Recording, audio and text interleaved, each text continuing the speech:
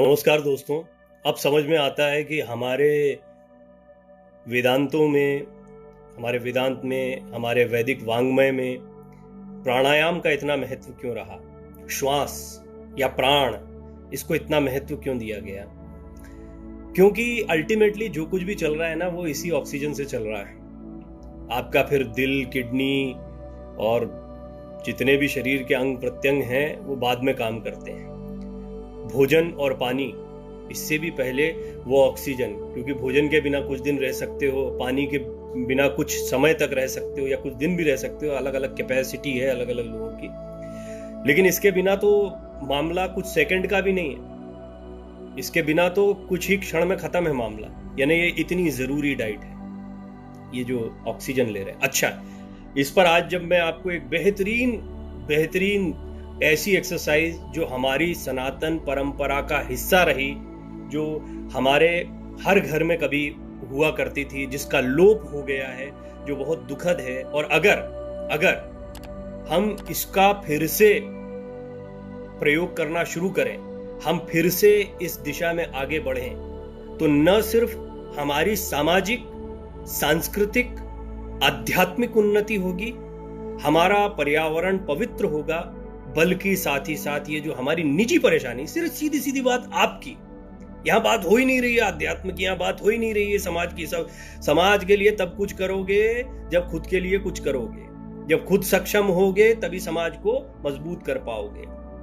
अस्वस्थ लोगों से स्वस्थ समाज नहीं बनता है। हमने बड़े चौड़े होकर पिछले समय पर कहा कि भैया देखो, हमारे यहाँ पर लोगों का इम्यूनिटी सिस्टम बहुत अच्छा है, इम्यूनिटी सिस्टम बहुत अच्छा है। अब देखो ग्रामीण इलाकों में भी हालात क्या हो गए। कुल मिलाकर यहाँ पर कुछ ऐसी कमी है जिसने हमारी पुरानी परंपरा, जिसने हमें हर तरीके से हर परिस्थिति के लिए तैयार रहना सिखाया था, उसको भूल गए। उसके बारे में मैं बताऊंगा। लेकिन जैसे मैंने लिखा है कि ललितपुर की एक सत्य घटना है, जिसके बारे में मुझे हाल ही में पता लगा। पूरा इलाका खतरनाक वायरस की चपेट में, कई लोग मर रहे हैं इर्द गिर्द। एक सज्जन है, उनका एक नियम प्रतिदिन का वो चलता रहा, और वो नियम उनको भी उस वायरस ने, क्योंकि वायरस पर कोई भी हमला, वायरस का हमला किसी पर भी हो सकता है, उन पर भी हमला हुआ। लेकिन इसके बावजूद उनके ऊपर वो ऐसा कोई असर नहीं हुआ जैसा अन्य लोगों पर। जान की हानि तो छोड़िए, उस तरह की कोई दिक्कत भी नहीं हुई जैसी दिक्कत अन्य लोग फेस कर रहे थे। अब कैसे और क्या चीज है वो तो मैं बता रहा हूं, लेकिन मैं अपने जीवन का अनुभव भी बता दूं। मेरे अपने घर में माताजी को जब स्वाइन फ्लू हुआ, तो मेरे पिताजी भी उसकी चपेट में थे, और मुझे भी एंटी फ्लू, जो टेमी फ्लू होती है, वो दी गई थी, और मेरे फादर को भी दी गई। मेरे फादर की उम्र जो है 65 के आसपास उस समय हो चुकी थी, और अब तो और ज्यादा है। लेकिन एक चीज थी जिसकी वजह से उनके जो लंग्स थे, फेफड़े थे, वो औरों के मुकाबले बेहतर थे। मेरे साथ भी वो चीज रही है कि बहुत समय से मैं उस चीज की एक्सरसाइज करता रहा हूँ। ये ललितपुर की जो घटना आपको बता रहा हूँ, उन सज्जन की बारे में जानकारी ये मिली कि वो शंखनाद करते हैं प्रतिदिन, और इस पर किसी का मन आए, किसी को वाद विवाद करना हो, बहुत तार्किक लोग हैं। और हमारे यहाँ पर बहुत ही इंटरनेट वाले वैज्ञानिक भी ढेर सारे हैं, बहुत छिछोरे वैज्ञानिक है। मैं ऐसे वैज्ञानिकों से बड़ी बड़ी मुझे कोफ्त होती है। क्यों होती है?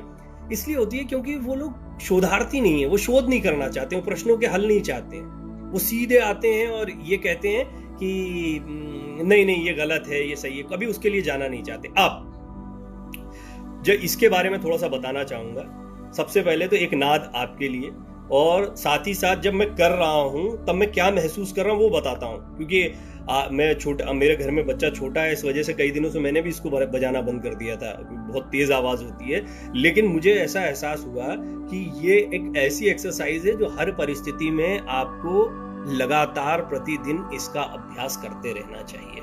और आज जब मैं कर रहा था, आज जब मैंने शंख बजाया, तो उस समय मुझे एहसास हुआ, मैंने कहा ये तो बात आपसे भी साझा करनी चाहिए कि मैं अभी क्या महसूस कर रहा हूं।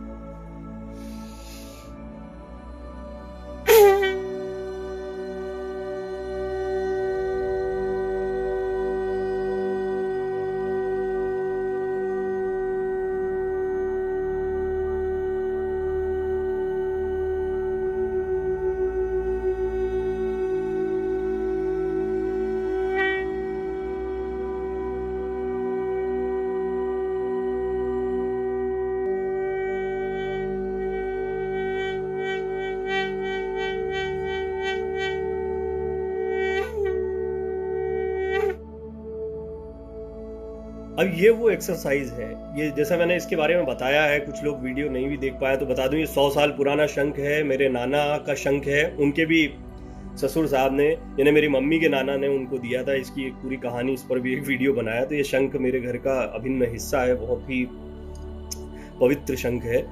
और ये अभी बात एक्सरसाइज की चल रही, कोई भी शंख आपको कहीं भी मिल जाए, अगर आप रोज शंख बजा रहे हैं, आपने देखा जब मैंने इसको बजाया तो उसके लिए मुझे यहां से ताकत लगानी होगी। और जब भी कोई चीज का हमला होगा, ऐसा नहीं है क्योंकि मैं पिछले पूरे कोरोना काल में बाहर रहा, हालांकि पूरी सतर्कता बरतता रहा हूं, लेकिन मैं किसी वायरस की चपेट में नहीं आऊंगा, संक्रमित की चपेट में नहीं आऊंगा, ऐसा सोचना भी बड़ा बेवकूफी होगी। तो मैं हमेशा कहता था कि ये मान के चलो कि आप इसकी चपेट में आ रहे हो, इसके बावजूद आप कैसे उससे फाइट करते हो, ये ज्यादा महत्वपूर्ण है। तो फाइट करने के लिए बहुत जरूरी है कि आपके लंग्स कितने मजबूत हैं। इसके बारे में जैसे मैंने ललितपुर की घटना बताई कि वहां पे एक सज्जन के बारे में अभी हाल में जानकारी मिली, मुझे कुछ दिन पहले ही जानकारी मिली, 4-5 दिन पुरानी बात है, कि बहुत बुरे हालात थे और उस बीच में सब लोग आश्चर्यचकित थे। उनके बारे में चर्चाएं हो रही थी उस इलाके में दरअसल, कि ये जो हैं ये पंडित जी रोज शंखनाद करते हैं, इसलिए तो लोगों में वो चर्चा अपने आप चल पड़ी। उनको, पंडित जी को नहीं पता कि ये शंख से है कि नहीं है, नहीं होता है नहीं होता है, बट उनको ये पता है कि हाँ भाई हम स्वस्थ हैं। हमारे पिताजी के साथ भी यही है। तो वो क्या है कि उनके लंग्स जो हैं वो सामान्य लोगों से बेहतर पाए जाएंगे, इसमें कोई दो राय नहीं। आप भाई ये ठीक वैसा ही है कि एक मजदूर आदमी है, एक किसान है, या एक मेहनतकश इंसान है, वो उन सामान्य लोगों से जो या तो लैपटॉप पर काम कर रहे हैं या अपने शरीर को उतना हिला डुला नहीं रहे हैं, उनसे बेहतर शरीर होगा, ज्यादा अच्छा स्टेमिना होगा, ज्यादा मजबूती होगी, अगर खाने पीने की आदतें भी ठीक होंगी तो ऐसे में ये तो बात हुई शरीर की। ठीक इसी तरह से आपके जो इंटरनल पार्ट्स होते हैं, चाहे वो आपका हार्ट हो, चाहे आपके लंग्स हो। देखिए लंग्स इसलिए सबसे ज्यादा इंपॉर्टेंट है क्योंकि मैंने आपको बताया खाना पानी, इसके बाद में ये तो बाद की बात है, सबसे पहले है ऑक्सीजन, और फिर बाद की बात क्या है, ये हार्ट वगैरह जितनी चीजें, ऑक्सीजन जब जा रही है उसके बाद में सारा तंत्र आपका काम कर रहा है। सो सबसे पहले ये जो प्राण वायु नाम ही है, प्राण ही ले रहे हो आप, इसके साथ संस्कार भी ले रहे हो, वो तो एक अलग फिर पूरी कहानी हो जाएगी, लेकिन ये जो प्राण वायु ले रहे हो यही सब कुछ है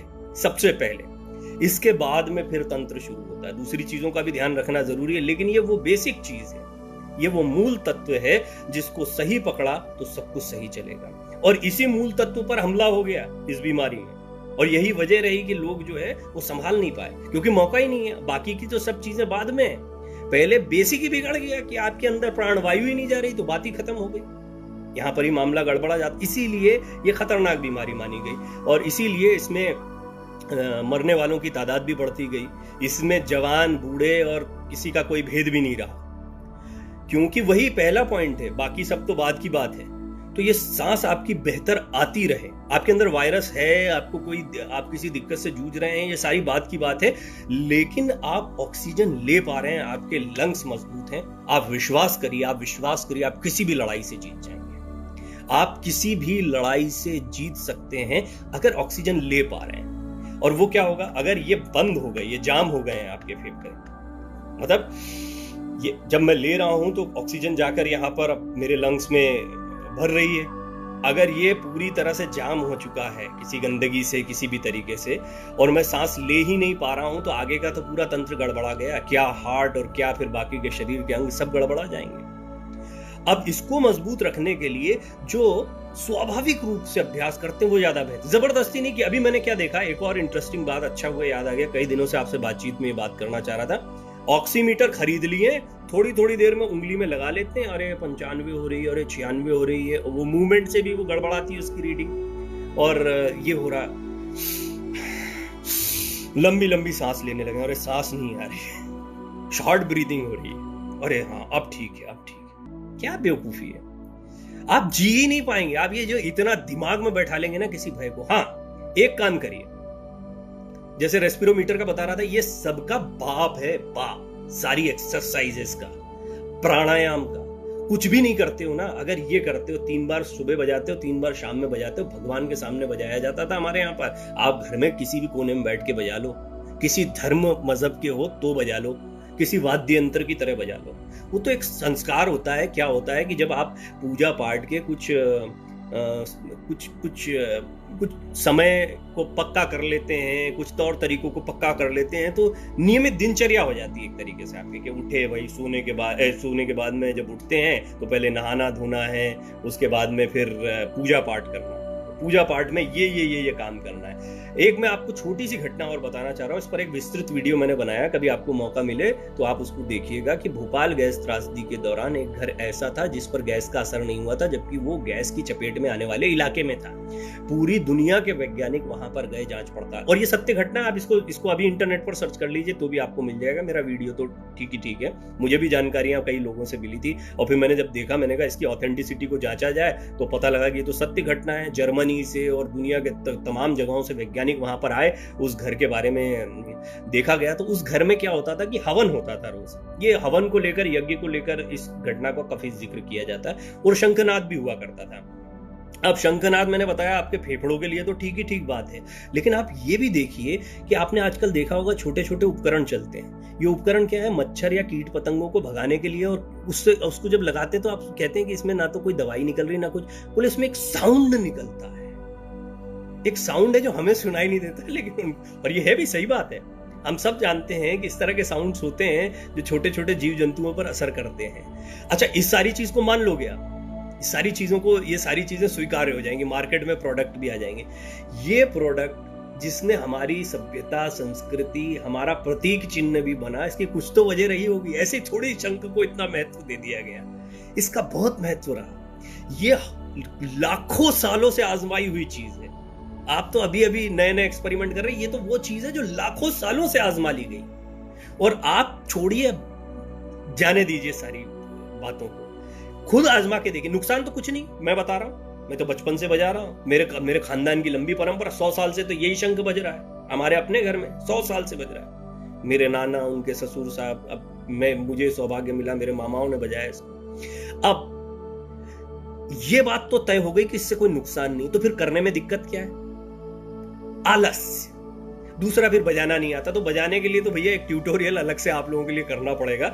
लेकिन मैं आपको बता दूं कि शंख अलग अलग किस्म के होते हैं। ये तो बहुत ही रॉ किस्म का है, इसके साथ में बहुत जैसे तराश दिया जाता है, आजकल घिसाई भी हो जाती है, तो ये बड़ा रॉ टाइप का शंख था, और इसको बजाना भी आसान नहीं है। इसको बहुत रियाज के बाद मैं खुद बजा पाया था, और इसी तरह से मेरे नाना साहब जो है वो बहुत कमाल का शंख बजाया करते थे, इसी शंख को बजाया करते। और ये मैं अभी किसी शंख बजाने वाले को भी दूंगा तो उसके लिए भी बड़ा मुश्किल होगा।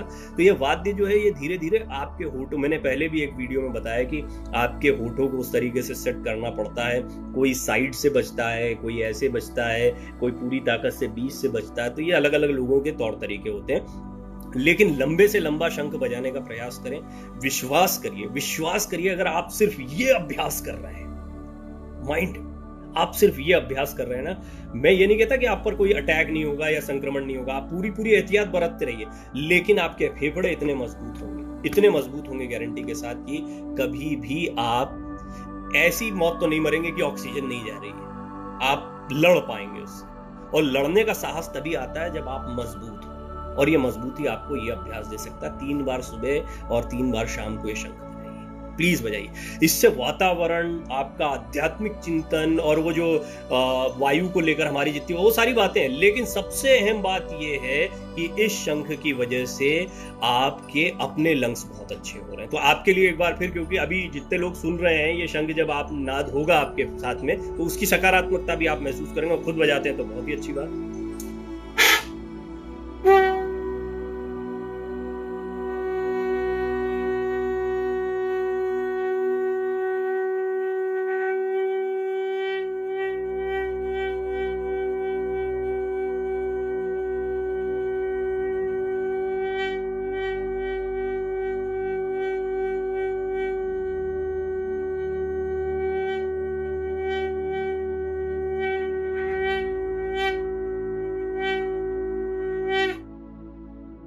इसको और बेहतर किया जा सकता है, और अच्छा बजाया जा सकता है। और ये एक ऐसी कला है कि जब आप इसको करना शुरू करेंगे ना, तो इसके एक अलग आनंद में जाएंगे। मैं सच बता रहा हूँ कि इसके बाद में भूलने का मन नहीं करता, कुछ देर वो नाद आपके भीतर होता है। और फेफड़े, नो डाउट, ये तो आपके बेहतर होते ही होते हैं। तो मैं उम्मीद करता हूँ कि आप लोग इसका अभ्यास जरूर करेंगे, और अपने आप को बेहतर बनाएंगे, अपने वातावरण को बेहतर बनाएंगे, अपनी सोच को बेहतर बनाएंगे। बहुत बहुत धन्यवाद। वेब दर्शन का कंटेंट आपको पसंद आता है, इसी तरह अपना प्यार और स्नेह देते रहें। चैनल को शेयर, सब्सक्राइब और वीडियो को लाइक करना न भूलें।